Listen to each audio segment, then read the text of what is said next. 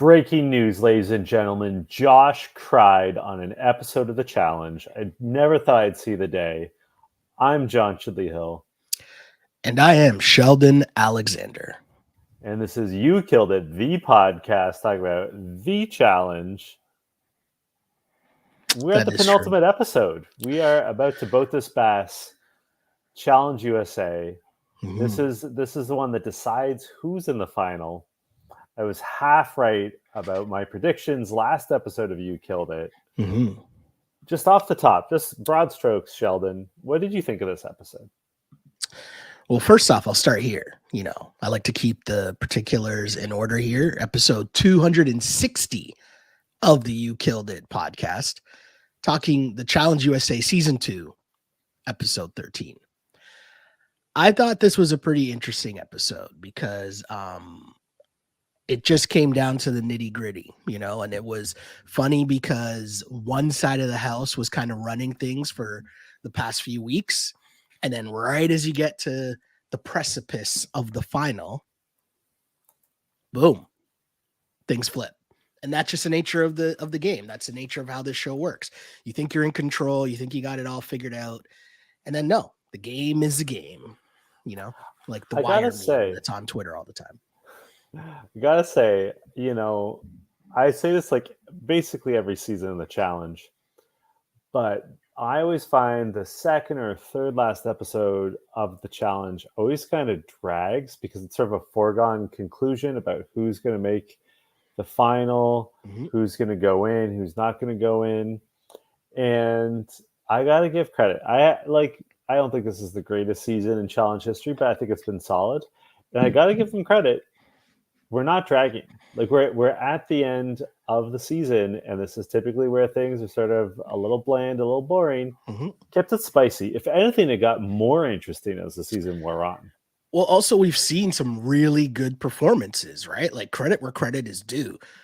Chris, Michaela, Cassidy, they've dominated and done a really good job the last 4 weeks of this show. And if you think about it, for people who were on quote unquote the wrong side of the house, they've been winning challenges, winning eliminations, dominating the game and keeping themselves alive and earning their way to the final. And I will say this too. I always find it a lot better when someone who's floated the whole way through, has never gone into the elimination, gets into the elimination right before the final and then loses. Yeah, I always like when that happens because I love it when that happens. It's like poetic justice, right? It is poetic justice, and I'm not like last week. Josh is like, I got to go in to prove myself. I'm like, I don't like that attitude, but also there is something to be said of earning your way into a final. Yeah, and we can say that Chris, Cassidy, they've done that. So, yeah, no, it's been really dope. Let's get to the particulars, though, right? Because they get back into the house. And to be honest, it's not like there's much that actually happened in this episode. Like, I feel like these episodes, because they're an hour, because it's just the structure is just your classic, get back in the house after elimination, have a little chat. Then you get the daily challenge. Then you get a little chat. Then you get an elimination and we're out. But in this, it was just straight business, it seemed. And you come back in, Josh, you see it all setting up, right? Because Josh, he's talking about his boys and who his crew is, and Josh is talking about how well he's done this season and how happy he is because this is probably the furthest he's made it. We're getting the stories, the behind the scenes stories where you see how happy would it make you to make it to the finals? You get those little montages that I'm on the brink of fast forwarding through because I don't care about your sob story. I shouldn't say that, but I really don't. I'm going to be real.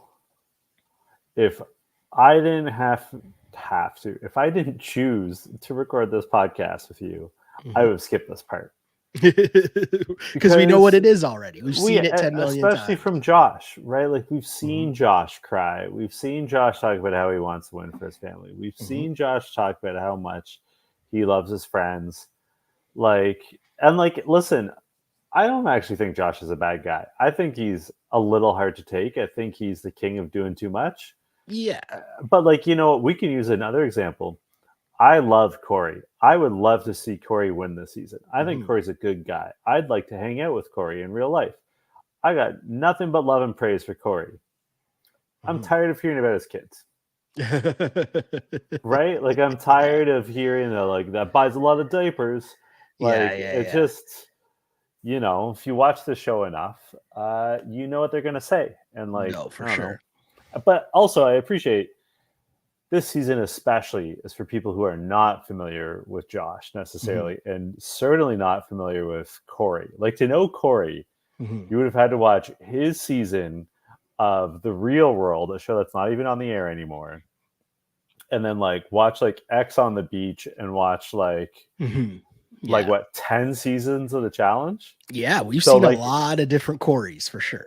so if you're just like a CBS person that just like got into this because like you love The Amazing Race or you love Survivor, Mhm. uh, I could see that you need some background on Corey, and I'm keeping that in mind. But like, if he's on the next season of the challenge, I also will be like, oh, we get it. Yeah, and it's just because we've seen it run its course, right? Like in the beginning, when you seen this guy who our introduction to him was this like womanizer, and he's always like hooking up with multiple different girls in the house each season, and then you get the grown up guy who then becomes a father and is now a family man trying to make money for his like it's just a whole different vibe. We've seen that and we've matured with them. But also too, now the challenge becomes a job for him, right? Like he's no longer coming on the show to have fun. He's just coming with the sole purpose to win money. And so that makes you as a character for people like us watching the show for entertainment value, it's not as entertaining as it was, let's say, early Corey, if that makes sense. Still rooting Mhm. for you because we love the progression, love the maturity, but it's just a little different vibes. Yeah. Just as you were speaking, I was curious. So I looked up what the ratings have been on this show in the Mhm. United States. Just because I was curious, like I was wondering, like, once all the Amazing Race people were gone, did like fans of the Amazing Race stop watching? Yeah. And like you can't get that granular, but it's interesting. The ratings have gone up by moments and then down by moments. They're trending Mhm. downward, Yeah. but like they've had a couple peaks later in the season. So Is I guess is Big Brother still on? Like, is it still on after Big Brother? Because yeah, I'm I pretty believe sure it Big is. Brother. I don't know if this season of Big Brother's over. That's what I'm saying, right? Because I know Yeah. that when this show started, its lead-in was Big Brother, and that was kind of the marketing plan. You have it come on after Big Brother, but Yep. Yeah, there's more episodes coming. There's an episode coming out tomorrow and one on there's uh Tuesday. speaking of other shows that are on TV. There's a moment that I don't want to ruin. Oh, you know what I'm talking about already? No, I'm just laughing at how you phrase that. Speaking of other shows that are on television.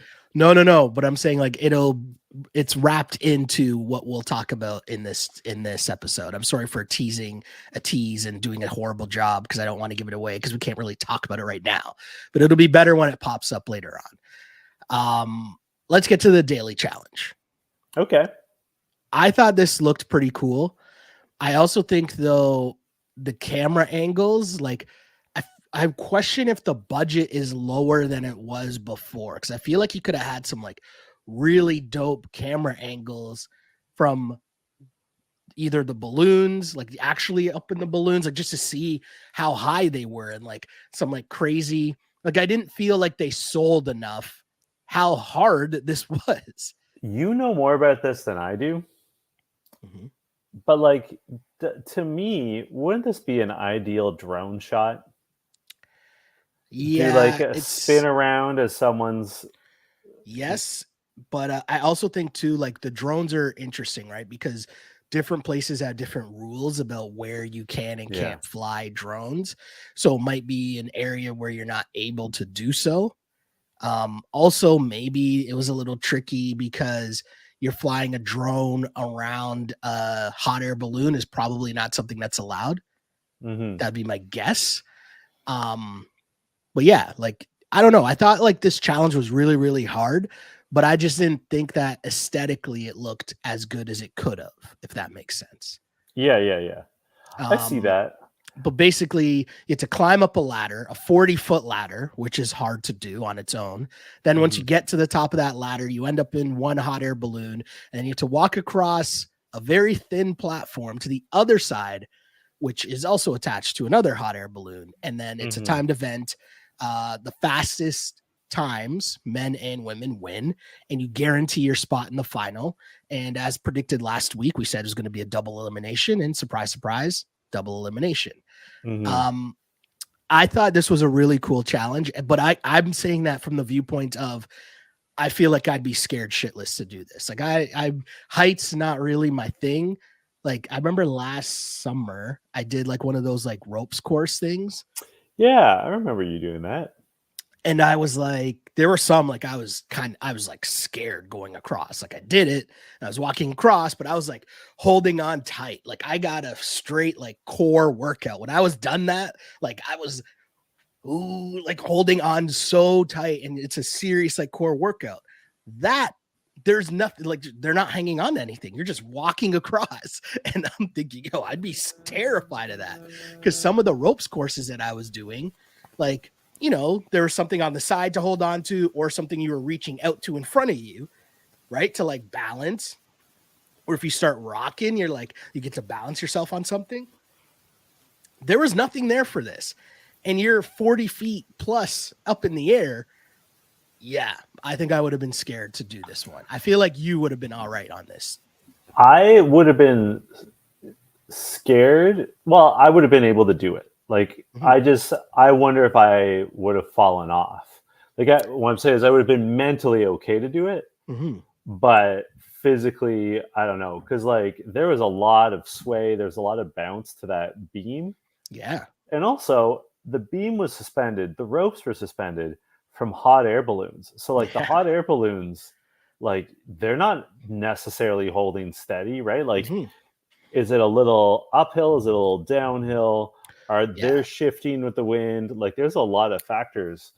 I will say, and this is going to sound obvious, but I think you'd want to get across the beam as quickly as possible. And by that, I mean, you'd almost want to sprint. Like, I think it's easier to sprint in a straight line than it is to walk in a straight line. You know what I'm saying? Yep. Totally. But what it really came down to, I think, just judging as best I could, it seemed like everyone more or less got across the beam at the same, more like within 5 seconds. So what really separated it was who did the ladder the fastest. And that's what I was going to say. Everyone really made this look so easy. That was the thing that I was really impressed at. How easy everyone made this thing look. That part I thought was really cool because, again, I'm looking at this like, oh, this would be so hard. You're going across slowly. But some people like almost pretty much ran across. And I was like, wait, is the platform thicker than I think it is? And you could see it. And it's like, no. So it just, I mean, credit to all of these challenge competitors because nobody really looked like they had trouble with it. And everyone kind of appeared that they went by fast. And as told by the times and how close all the times were. But I have a serious question for you. Great. I'm a serious person. Do you think Michaela is really afraid of heights? Whew. That is a good question. And I'm saying this because we've seen this now time after time, right? Where it's like she's super afraid, she's terrified, and then she dominates and wins. And I'm like, okay. At first, I'm like, oh, that's awesome. That's really cool. She's overcoming her fears.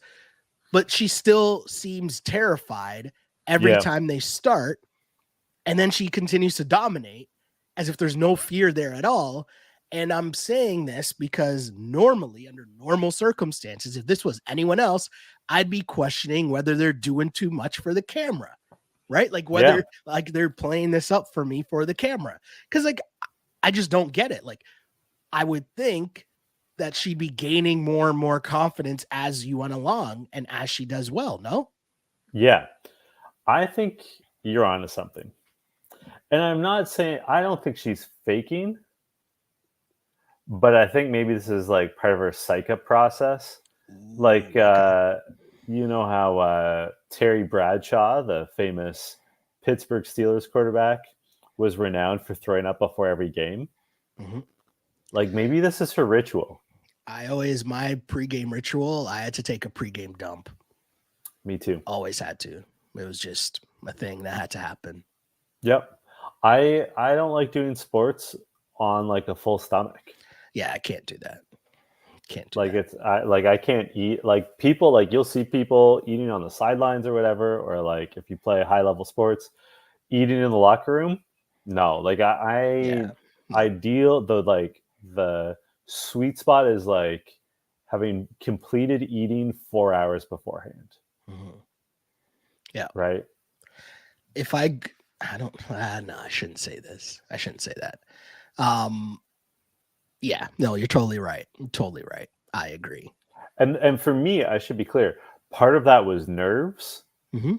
Like if I would get such a nervous stomach that if I had anything in it, I would throw it up, For sure. regardless of what I played. Like when I played lacrosse, I was playing Yeah. competitive dodgeball. Like need For to be me, empty. same thing for me. It was like nerves, and then it just became superstition.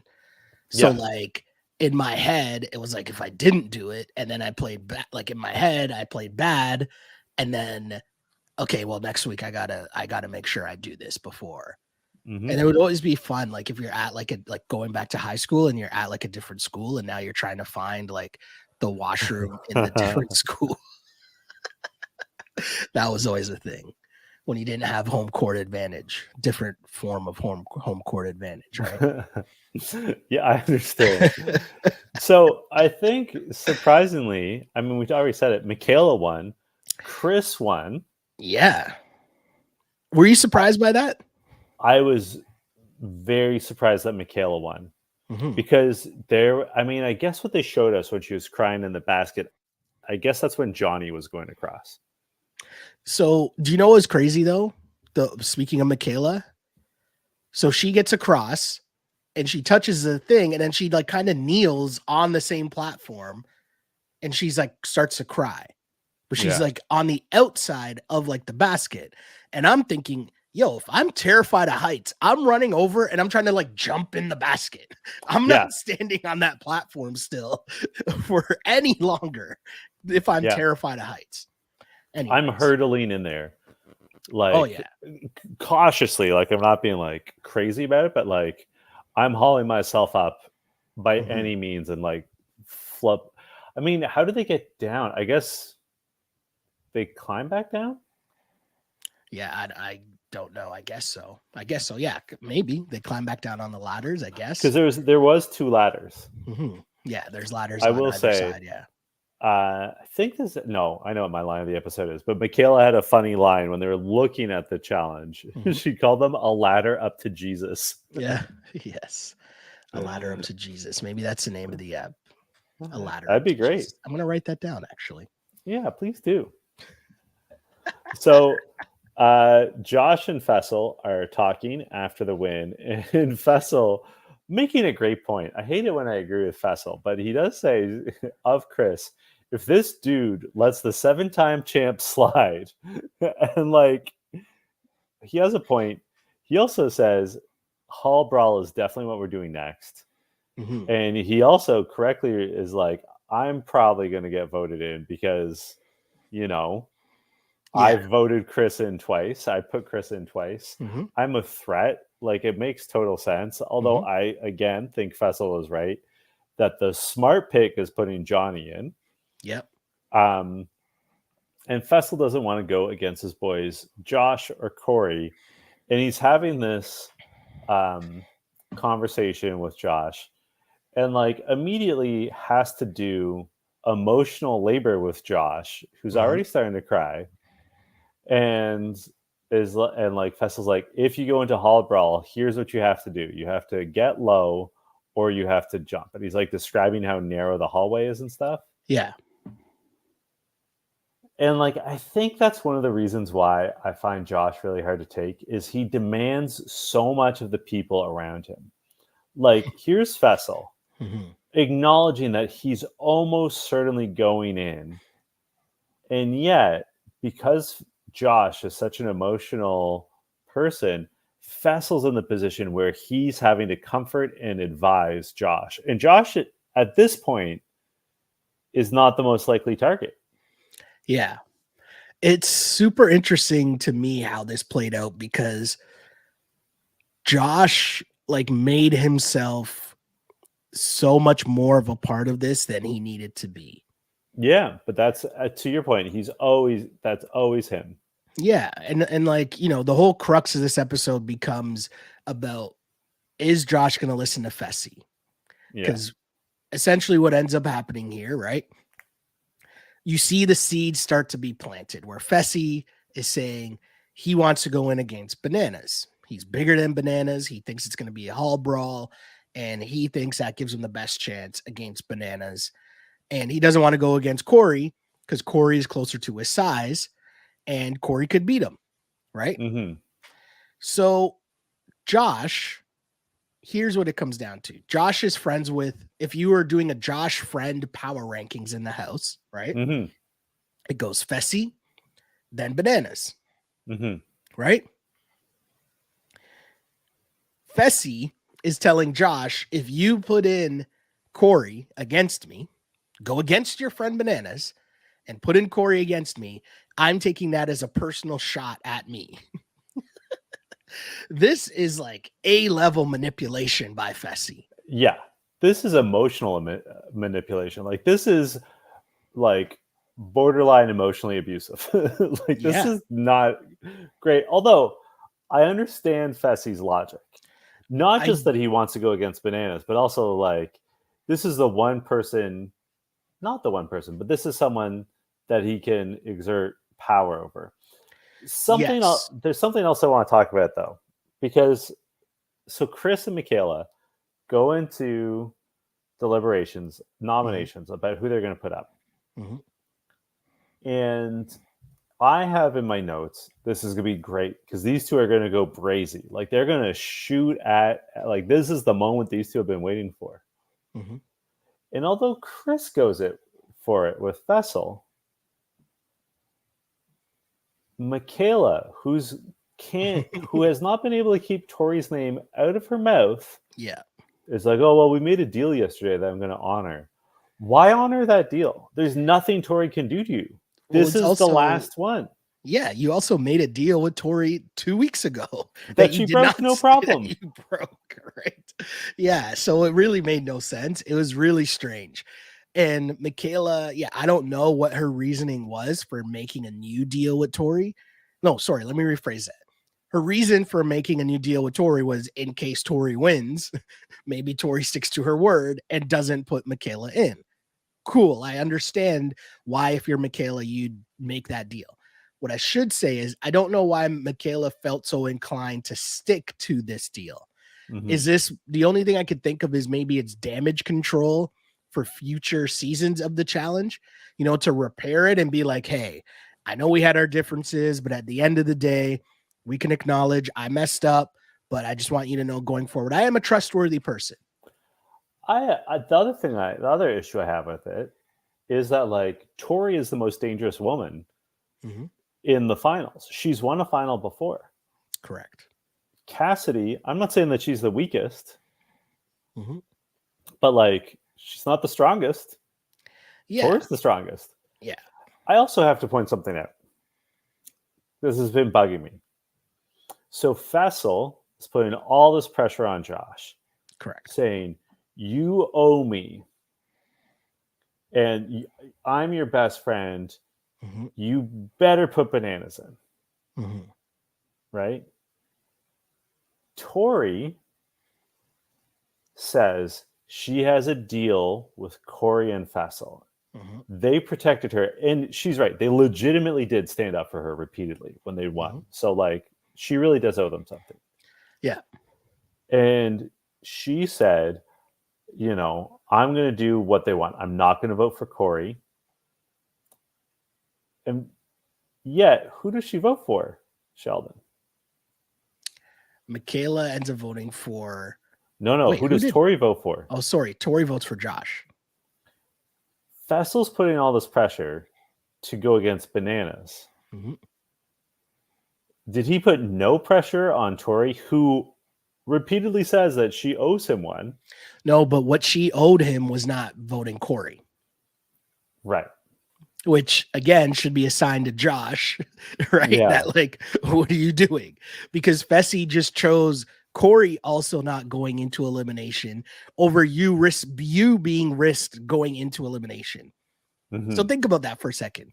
What Fessy is asking Josh to do, not what he asked Josh to do, and Josh did, was to put himself in line to be in the elimination instead of Corey being in line to be in the elimination. First Mhm. off, right? But two, Fessy's also asking Josh for Josh to value Fessy and Corey's relationship more than Josh values Josh and Banana's relationship. Yeah. Which is a completely ludicrous ask, right? Yeah. Like it's insane. And the way that, you know, when Josh comes to, because you could tell Fessy is such a, like, Fessy tries to stay out of the smoke and the drama, right? Mhm. So he knows when Josh comes to talk to him and the cameras are there, Fessy doesn't want to get into a big conversation about it on camera because he knows he's doing something that is not good. Right? So what does he do? He lays there, he puts the like thing over his head and he's kind of like hiding his face, pretending like he's sleeping. And he's like, Josh, I don't know. Like, what do we even need to talk about here? It's really not that complicated. And the reason it's not that complicated to him is because the more he talks, the more ridiculous his ask sounds. Right? It was just, I don't know if I've agreed with Bananas as much at any point of being on the challenge than when Bananas comes and he sees Tori hugging Josh. He's like, wait, why are you saying sorry to him for?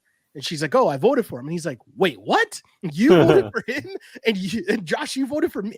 Guys, what are we doing here? Right? Like that part, I'm like, you know what, Bananas, I'm with you.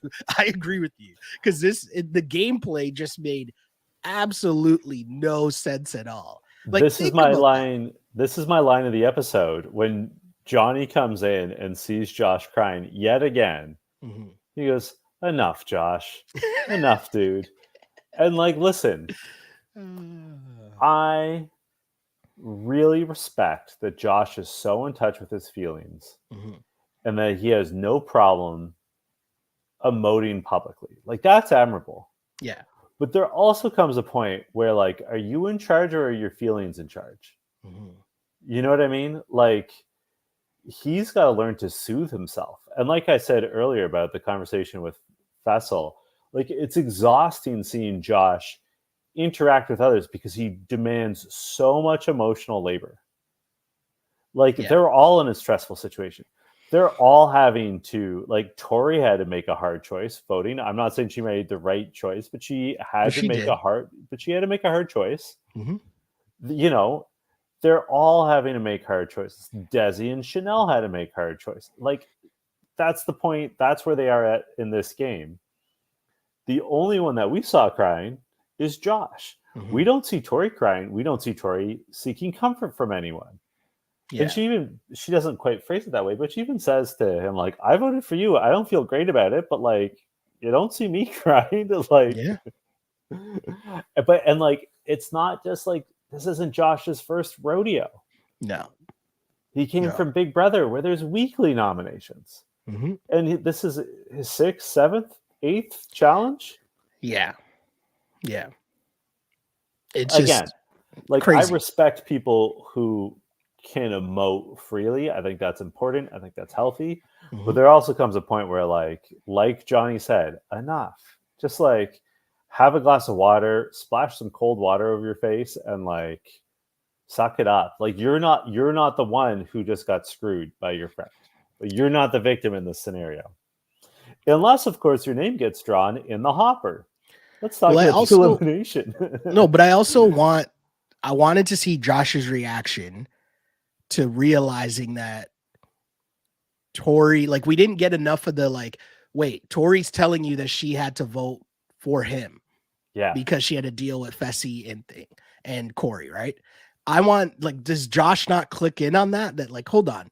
Fessy made a deal against him and is now asking him to do something to put himself in the line of fire instead of Corey. That's it.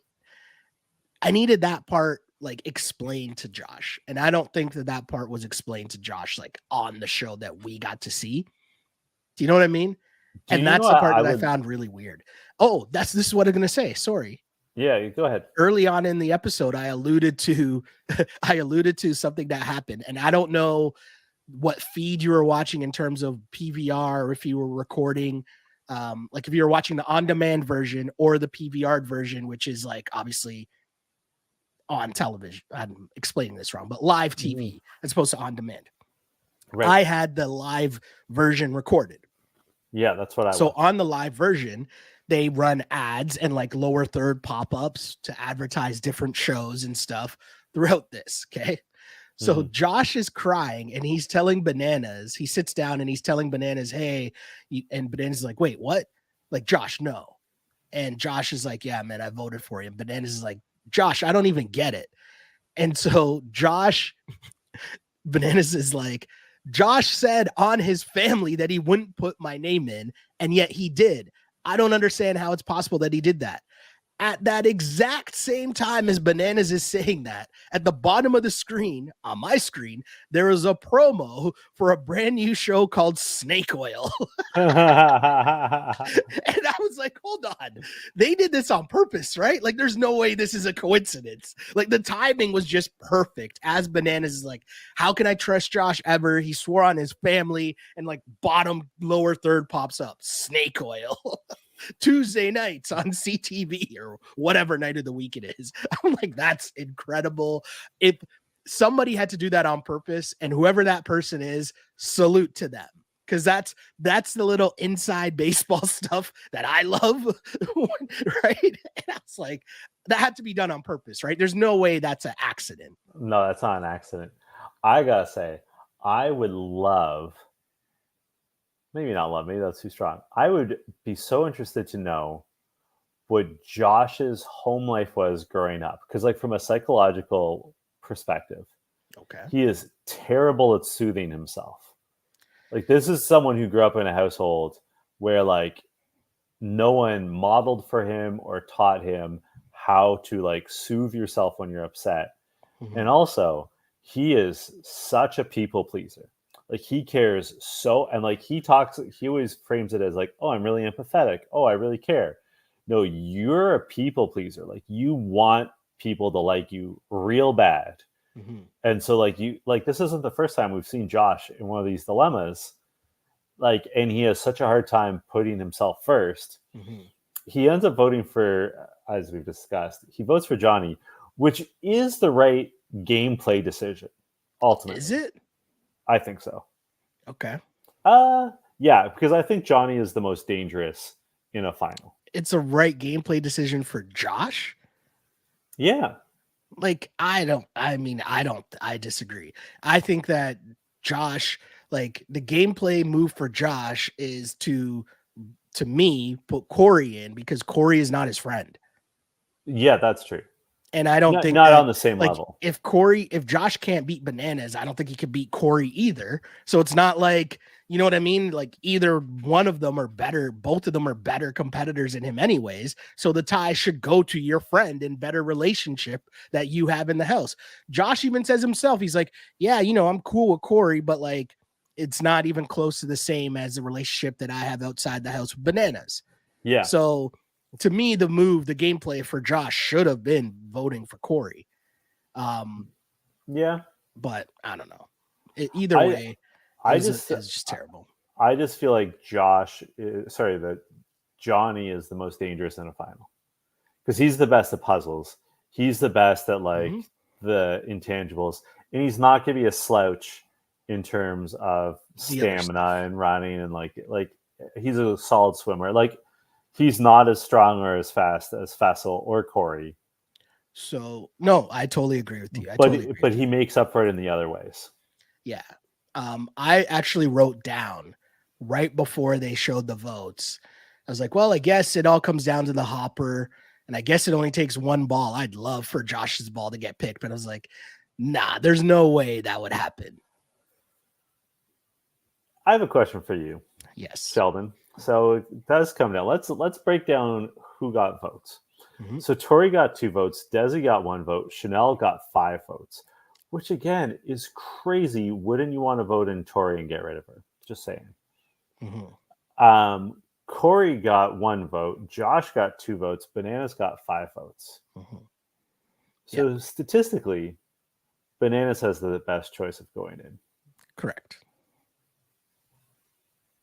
I don't want to be paranoid. No. I know where you're I'm going just with this. saying, if you're the producers, Mhm. who do you want in the final? So here's the thing. When they announced that it was Josh versus Fessy, I was like, no, sorry, 2 things. One, to me, they gave away before the commercial break that it wasn't Bananas because they showed his reaction Yeah. before they went to break. So I was like, oh, wow, it's not Bananas. So to me, if not for the karmic side of all of this, I would have thought that production rigged it. Yeah. But I believe in the Osmos, and I believe that Josh did dirty biz here. I believe in the baseball gods. I grew up playing a lot of sports, right? And like superstition was a big thing. I believe in the Osmos. You come off the field, you don't touch the lines, you step over the lines, you respect the basketball gods, ball don't lie. All of those things I believe in. Full stop. And I just think the challenge gods didn't like how Josh was playing, man. I mean, I'm like you. I'm quite superstitious. I'm superstitious on a daily basis. I'm superstitious when I play sports. I got my beliefs. Mm-hmm. I'm not saying that they've worked for me, but they also haven't let me down. Mm-hmm. But that said, I think the challenge gods might also be producers for Bun and Murray. So And like, yeah, okay. you know, just like it would not have hurt my feelings if we saw TJ hold up their names on the balls. Okay. Here's what I'll say to that. Okay. Josh swore on his family members that he would not vote in Bananas. He didn't need to do all that. He could have just said, Johnny, I'm not going to vote for you. He didn't have to take it that far. No, nope. But you're swearing on your family members? Like, why are you doing all that? Like, listen, man. God don't like ugly, Josh. I'm sorry, man. That's dirty biz. That is. And you are right. When you are bringing the spirit world into it, you are asking for trouble. I'm going to double down on this. Okay. As a producer of the show, if I was one of the challenge gods and a producer on the show and I saw Josh's move, I'd be even more tempted to throw him in too, right? So I'd be like, yo, I don't like that. I'm going to make you go in too because it also makes for better drama and a better show. And I get all that. But like, yo, man, I don't like that, man. I don't like that. I'm joking. I'm being facetious there. I don't think that they rigged it. I'm going to say that I don't think they rigged it. Because I feel like someone, like it would get out. It'd be too obvious, I think, for them to rig it. I mean, I maintain that they've rigged previous. So who would know? Only TJ would know. Yeah. Because he throws the balls away. They show him do that. So no one would actually see the balls other than the producers that picked them up. The one thing I did wonder, if we're really deep diving into this, the one thing I did wonder is all of the balls, men and women, are both placed into the hopper. Yeah, I wondered about this. So when he reaches down, does he just take out 2 balls at once? Because wouldn't there be a chance that both balls would be a male ball? Yeah. So does he just keep going? And if that's the case, why don't we see that process? That's what I'm saying. I will say that the way to do this would be to read the name, show the name so everyone sees it. I will grant you that for sure. I just think that for them to rig it that obviously would be very terrible.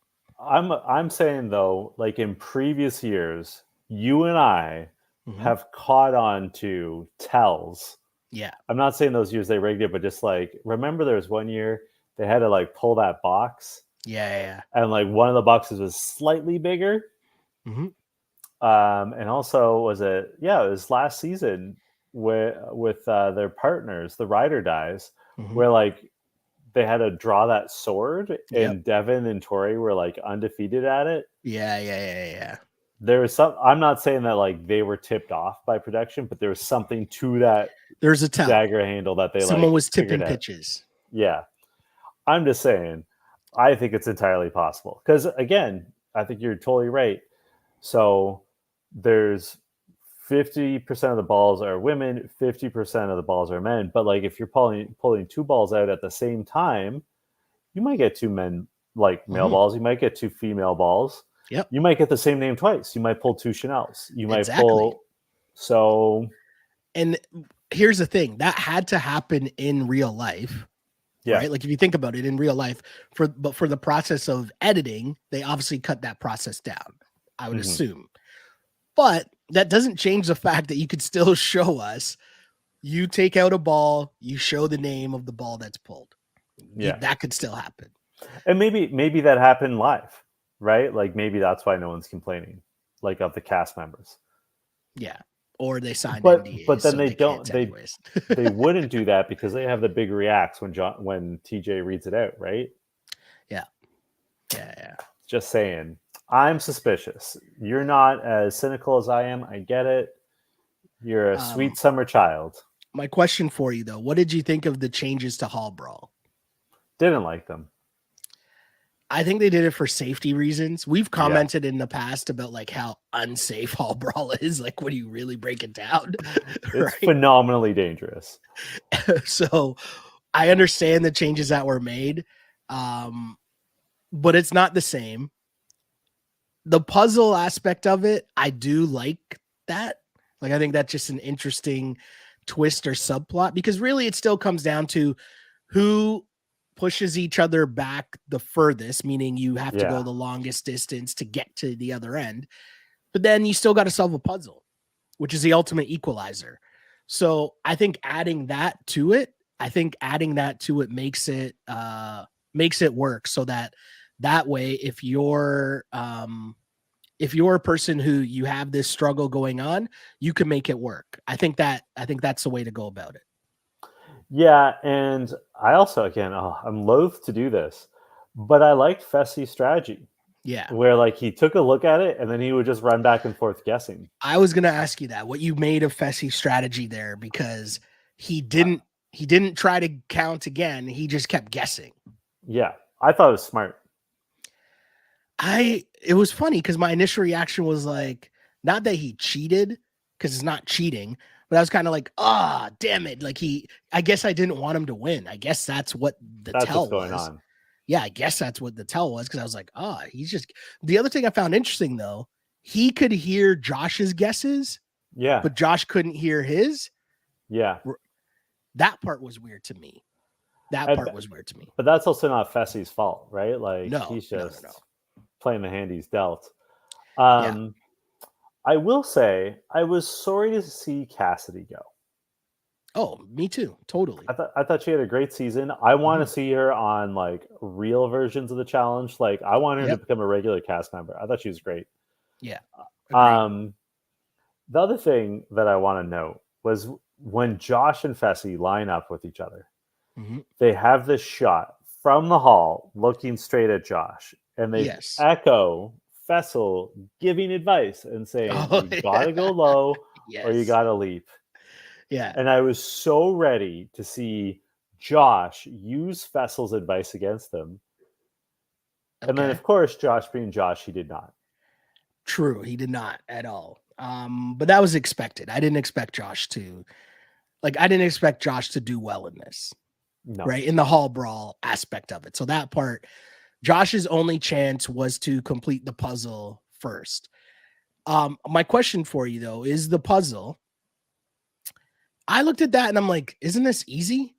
I thought it was easy. But I is think it it'd just be like hard you're if you're concussed. Like exactly. if you've been concussed 30 seconds before, I think it'd be hard. That's what I was gonna say. But yeah, looking at it, I'm like, why are they struggling? Like everyone got it one guess wrong at least. Mm-hmm. Yeah. That part was definitely weird. I didn't get that part of it. I thought that part was weird, definitely. But I liked it. Overall, I thought, the Hall Brawl, I understand why they're doing it. I understand the safety portions of it. But yeah, Josh is gone. Poor guy. Kind of poetic justice for him. I do feel bad for Josh. Like, yeah, I mean, I get it, but I don't feel sorry for him. I'm not.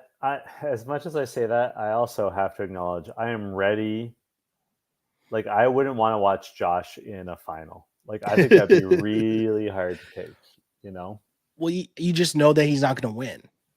Whereas now, like any of the guys, if any of these dudes won, you wouldn't be stunned. No. But if Josh won, you'd be like, wait, what happened? Something crazy must have happened. Someone must have got hurt, like Olivia or something. Before we get into our usual questions, I'm curious. Who would you like to win among the men? Who would you like to win among the women? I want to see Desi win. And to be honest, I want to see Chris win. Because I just think that'd be awesome. I think that'd be just an awesome story for a guy who like has just fought the entire season. He's dominated the eliminations after being thrown in week after week after week, and then won the daily challenges that were the most important ones at the end of the season. That is a great way to play the game of the challenge. You got to win. And he did when it mattered the most for him. So I think it'd just be a cool, like, kind of redemption story for Chris. And I think his biggest problem was just lacking confidence. And once he got over that, he was winning daily challenges. Yeah, he also played it kind of stupid. Like, he made some mistakes. He didn't know the game he was playing in the beginning of the season, right? He thought he was playing Survivor or whatever. No, what was he on? Survivor, Big Brother? Survivor. I would like to see Desi win. I'd also be happy if Tori won. I'm not really a Michaela or a Chanel guy. I would like I'd really like Corey to win. Right? Like, he's due. Yep. And then failing that, Chris. Yeah. So I think I know the answer to this, but who killed it for you this week? It's Fessy. Fessy killed it because, you don't know the answer to this. That's pretty funny. No. It's actually Fessy. Think of what Fessy accomplished here. First off, he came in second in the daily challenge, so he had a good go there, right? But Fessy had to convince his boy Josh. Fessy's worst outcome was to go against Corey in a Hall Brawl. Yeah.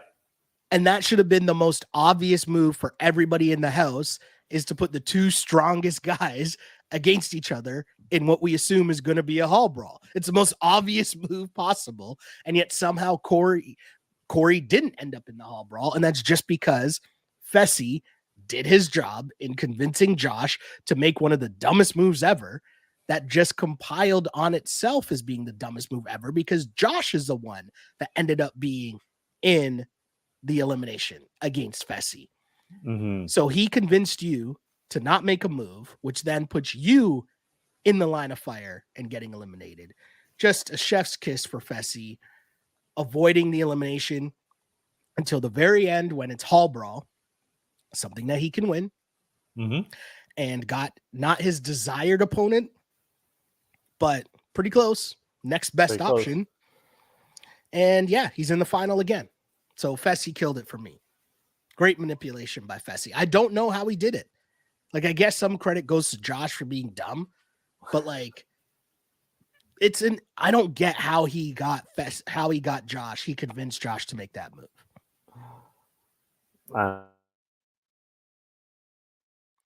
I just think that I'm going with Chris. Here's a guy who's won back-to-back dailies. He has overcome so much. He's seen a final.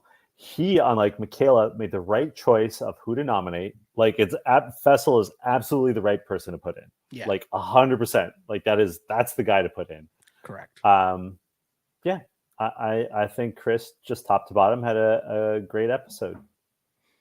Yeah. I can't argue that. Where can the good people find you online? You can find me on social media on the app formerly known as Twitter at Shell Alexander and on Instagram at Sheldon Alexander. And as always, shouts to the people liking and subscribing wherever you get your pod, on Apple, on Spotify, on SoundCloud, on YouTube, all the places. Like, subscribe, follow, share, all that fun stuff. Because we're enjoying this season. We're almost done this season of the Challenge USA. And thank you guys for being along with the ride. Where can the people find you, my dude? You can find me on social media at J Chidleyhill. Real simple. It is. And until next week, this was You Killed It. You killed